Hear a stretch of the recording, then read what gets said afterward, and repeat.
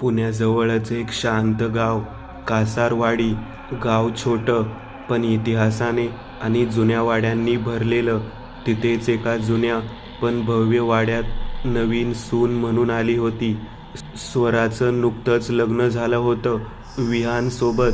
शहरात वाढलेली आधुनिक विचारांची स्वरा या जुन्या वाड्यात येऊन थोडी अस्वस्थ होती. पण विहान प्रेमळ होता आणि सासूबाई विमला अत्यंत पारंपरिक. लग्नाच्या दिवशी विमलाबाईंनी स्वराच्या गळ्यात एक जुनं काळपट झालेलं मंगळसूत्र घातलं. हे आमच्या घराण्याचं आहे, पिढ्यानपिढ्या चालत आलेलं. याचं रक्षण करायचं असतं. स्वराने हसत ते स्वीकारलं. पण त्या मंगळसूत्राला हात लावताच तिच्या अंगातून एक थंड झटका गेला. ती थोडी घाबरली. काय झालं? विहानने विचारलं. काही नाही, थोडं विचित्र वाटलं. पहिल्या रात्रीपासूनच स्वराला काहीतरी विचित्र जाणवू लागलं. वाड्याच्या मोठ्या जुन्या खोलीत झोपताना तिला वारंवार असं वाटायचं की कोणीतरी तिच्याकडे बघतंय. एक रात्री तिने डोळे उघडले. चंद्रप्रकाशात तिची सावली भिंतीवर पडली होती, पण ती सावली तिच्या हालचालींसोबत जुळत नव्हती. स्वरा उठली. ती उभी राहिली, पण सावली मात्र बसलेलीच होती. स्वराच्या अंगावर काटा आला. हे काय आहे? ती जवळ गेली. सावलीने हळूहळू आपलं डोकं वर केलं आणि स्वराकडे पाहिलं. त्या रात्रीनंतर स्वराला झोप लागत नव्हती. ती जेव्हा आरशात पाहायची, तिला असं वाटायचं की तिच्या मागे कुणीतरी उभा आहे. एकदा ती केस विंचरत होती, तेव्हा तिला स्पष्ट ऐकू आलं, ते काढून टाक. ती घाबरून मागे वळली. कोणीच नव्हतं. काढून टाक, नाहीतर ती येईल. आवाज पुन्हा आला. स्वराने आपल्या गळ्यातलं मंगळसूत्र घट्ट पकडलं. वाड्यात एक खोली होती, कायम बंद. स्वराने विचारलं होतं, ही खोली का बंद आहे? विमलाबाईंचा चेहरा बदलला. तिथे जायचं नाही, कधीच नाही. पण त्या रात्री स्वराला पुन्हा तोच आवाज ऐकू आला. माझं आहे ते, परत दे. स्वरा आवाजाच्या मागे गेली आणि ती त्या बंद खोलीसमोर येऊन थांबली. दरवाजा स्वतःहून हलकेच उघडला.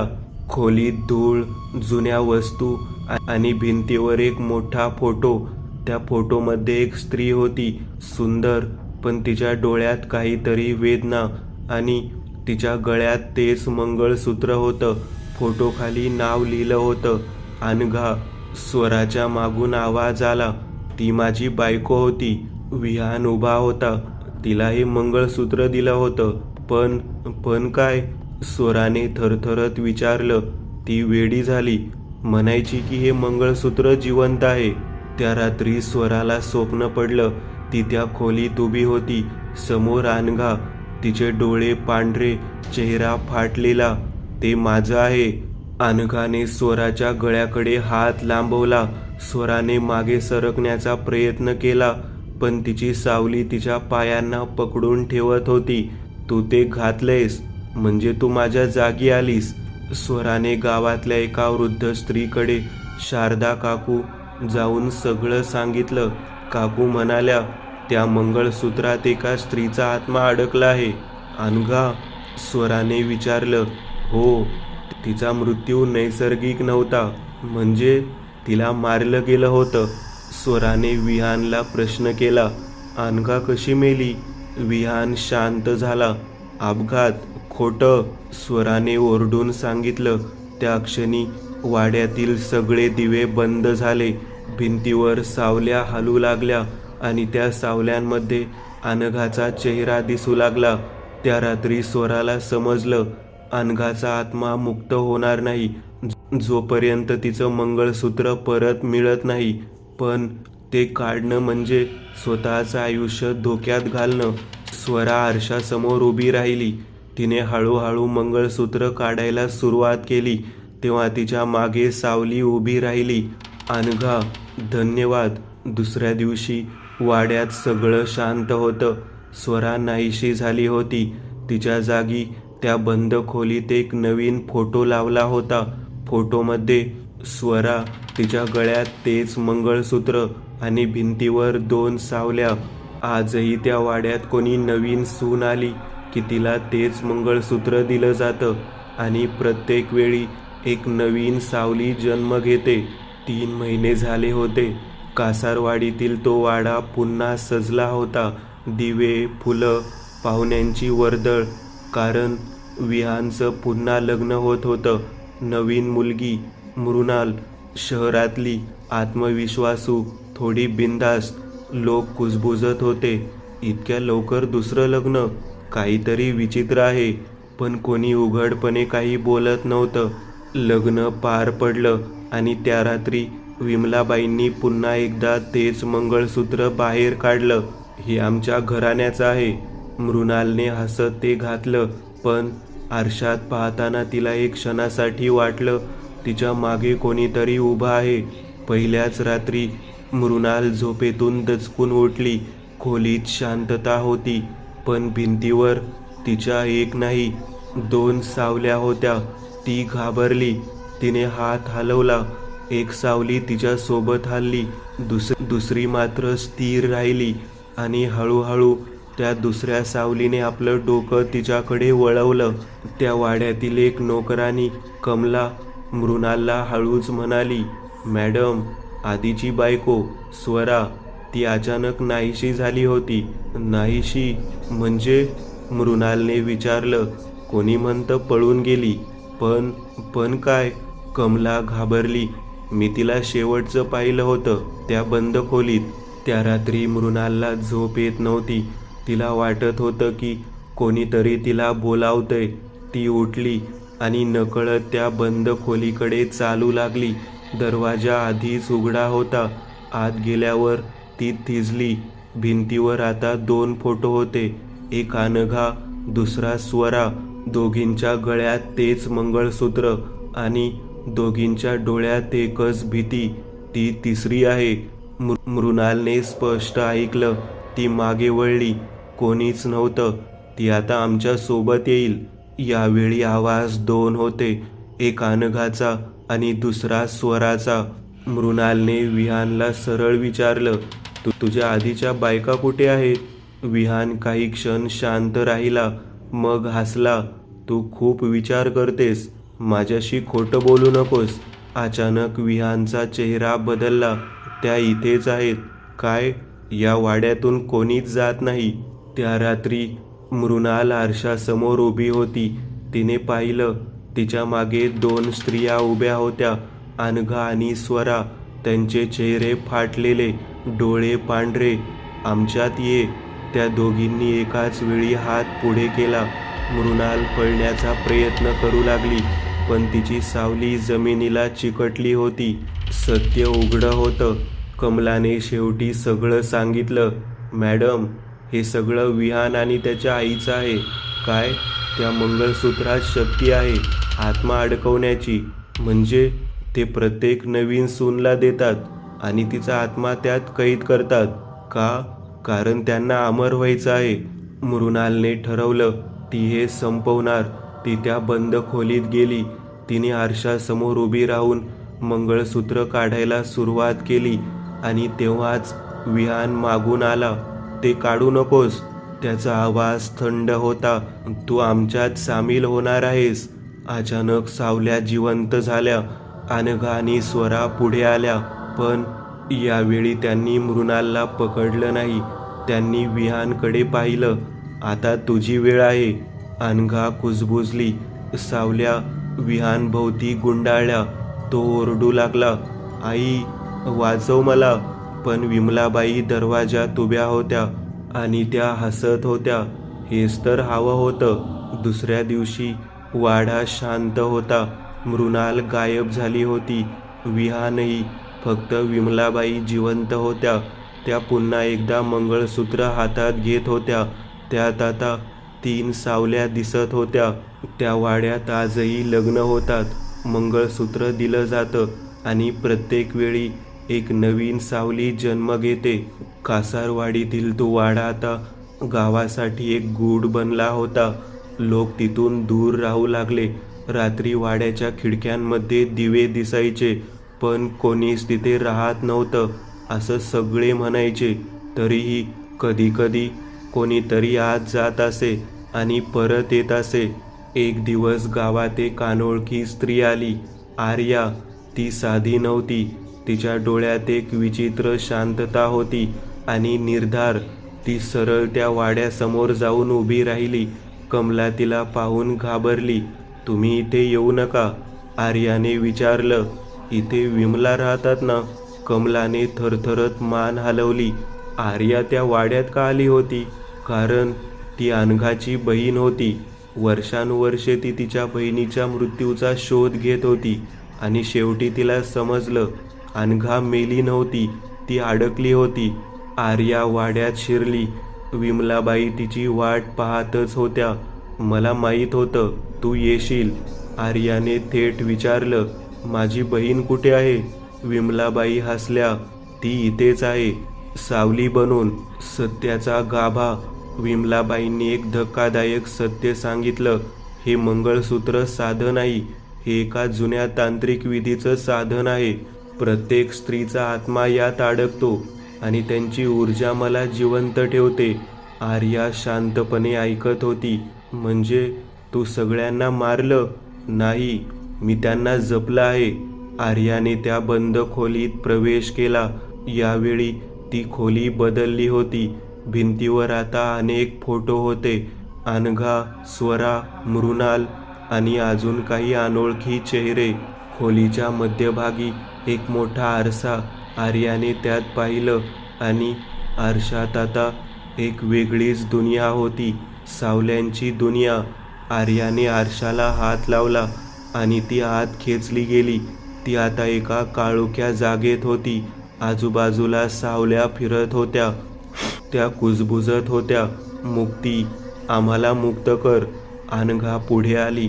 आर्या, अनघाने सांगितलं, हे मंगळसूत्र तोडलं तर आम्ही मुक्त होऊ, पण त्यासाठी तुला स्वतःला इथे अडकवावं लागेल. आर्या काही क्षण शांत राहिली. जर मी नाही केलं तर अजून किती जणी अडकतील? आर्या बाहेर आली. तिने विमलाबाईंना सामोरे गेली. हे आज संपेल. विमलाबाई हसल्या. तू काहीच करू शकत नाहीस. आर्याने मंगळसूत्र हातात घेतलं. ते तापायला लागलं. सावल्या भिंतीवर नाचू लागल्या. आर्याने डोळे बंद केले आणि पूर्ण ताकदीने मंगळसूत्र तोडण्याचा प्रयत्न केला. त्या क्षणी सगळ्या सावल्या बाहेर आल्या. अनघा, स्वरा, मृणाल सगळ्या ओरडत होत्या. आता आर्याने मंगळसूत्र तोडलं.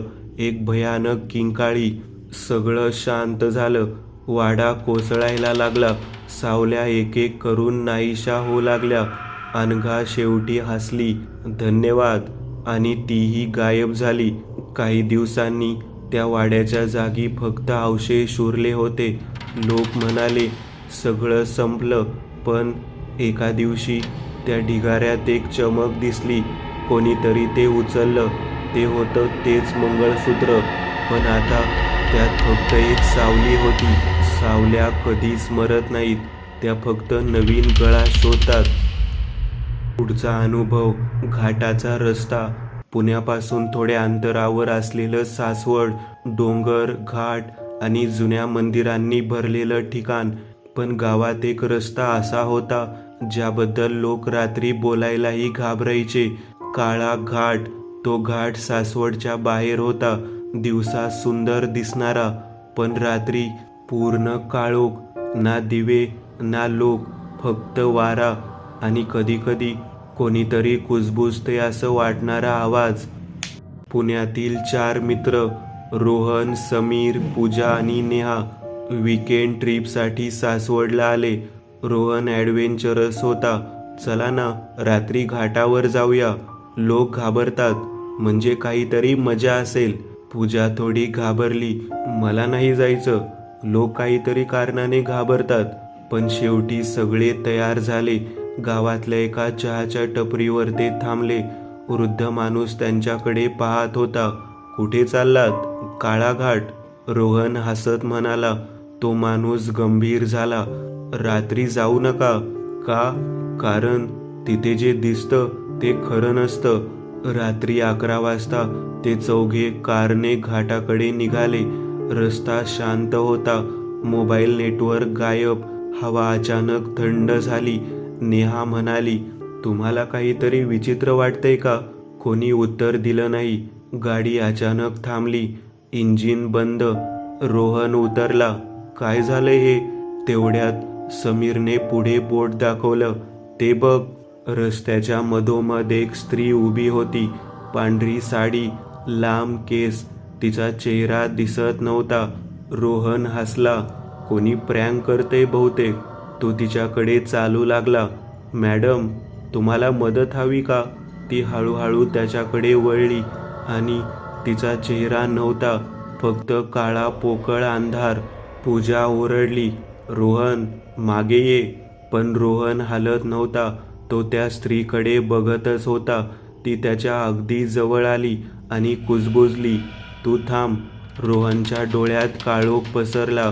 अचानक रोहन गायब झाला. समीर, पूजा, नेहा तिघेही थिजले. तो कुठे गेला? तेवढ्यात घाटात कुठून तरी हसण्याचा आवाज आला. ते तिघे गाडीत बसले. गाडी अचानक सुरू झाली. समीरने लगेच गाडी वळवली. आपण परत जातो. पण रस्ता संपत नव्हता. घाट चालूच होता. ते 10 मिनिट, 20 मिनिट, 30 मिनिट चालवत होते. पण ते त्याच ठिकाणी होते. पुन्हा ती स्त्री दिसली. यावेळी ती एकटी नव्हती. तिच्यासोबत रोहन उभा होता. पण तो रोहन नव्हता. त्याचे डोळे पूर्ण काळे झाले होते. तो हसत होता. नेहा अचानक ओरडली, माझ्या पायाला कोणीतरी धरलंय. तिने खाली पाहिलं. रस्त्याच्या सावल्या जिवंत झाल्या होत्या. त्या तिच्या पायाला पकडून तिला बाहेर खेचत होत्या. वाचवा मला. क्षणात तीही गायब झाली. आता फक्त समीर आणि पूजा उरले होते. समीर रडत होता, आपण इथे अडकलोय. पूजा म्हणाली, आपण गाडी सोडूया, पळूया इथून. ते दोघं धावत सुटले. ते एका जुन्या मंदिराजवळ पोहोचले. मंदिराच्या भिंतीवर लिहिलं होतं, जो काळा घाट पार करतो तो कधीच परत येत नाही. पूजा म्हणाली, आपण जिवंत आहोत का? समीर काही बोलला नाही, कारण त्याच्या मागे रोहन उभा होता. पुढच्या दिवशी गावात बातमी आली, 4 मित्र गायब झाले. त्यांची गाडी घाटावर सापडली, पण आत कोणीच नव्हतं. आजही रात्री काळा घाटावर कधी कधी एक कार दिसते आणि तिच्या आत 4 सावल्या बसलेल्या असतात आणि रस्त्याच्या मधोमध ती स्त्री उभी असते, पुढच्या कोणाची वाट पाहत. 4 मित्र गायब होऊन 3 दिवस झाले होते. संपूर्ण परिसरात भीती पसरली होती. पोलिसांनी तपास सुरू केला. त्या तपासासाठी आला इन्स्पेक्टर आदित्य देशमुख. तो अंधश्रद्धेवर विश्वास ठेवणारा नव्हता. कोणीतरी अपहरण केलंय किंवा हे सगळं ड्रामा आहे, तो म्हणाला. पण त्याला लवकरच समजणार होतं की हे काही साधं नाही. आदित्य त्या चहाच्या टपरीवर गेला. तोच वृद्ध माणूस तिथे होता. तुम्ही त्यांना इशारा दिला होता. वृद्धाने मान हलवली. तुम्हाला माहिती आहे का काय होतं तिथे? तो शांतपणे म्हणाला, तिथे रस्ता जिवंत होतो.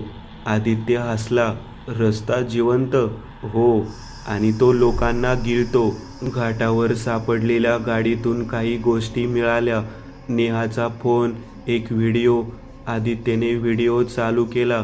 व्हिडिओमध्ये रोहन त्या स्त्रीकडे चालत होता आणि अचानक कॅमेऱ्यात त्या स्त्रीचा चेहरा दिसला. काळा, खोल, अंतहीन. व्हिडिओ अचानक बंद झाला.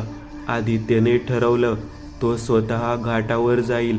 रात्री 12 वाजता तो एकटाच तिथे गेला. त्याने गाडी थांबवली. हे सगळं फालतू आहे, तो स्वतःशी म्हणाला. पण त्याच्या मागच्या सीटवर कोणीतरी बसलं होतं. कोण आहे? कोणताही आवाज नाही, पण आरशात त्याला एक सावली दिसली. ती हळूहळू पुढे सरकत होती. अचानक एक आवाज आला, तू इथे का आलास? आदित्यने मागे वळून पाहिलं. तीच स्त्री. तू कोण आहेस? ती हसली. मी रस्ता आहे. त्या स्त्रीने सांगायला सुरुवात केली. खूप वर्षांपूर्वी इथे एक अपघात झाला होता. एक बस घाटातून खाली पडली. सगळे मेले, पण त्यांचे आत्मे इथेच अडकले आणि हळूहळू ते एकत्र झाले आणि मी बनले. तू लोकांना का घेतेस? आदित्यने विचारलं. कारण आम्हाला सोबत हवी असते.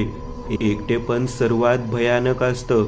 अचानक रोहन, नेहा, समीर आणि पूजा दिसले. ते जिवंत दिसत होते.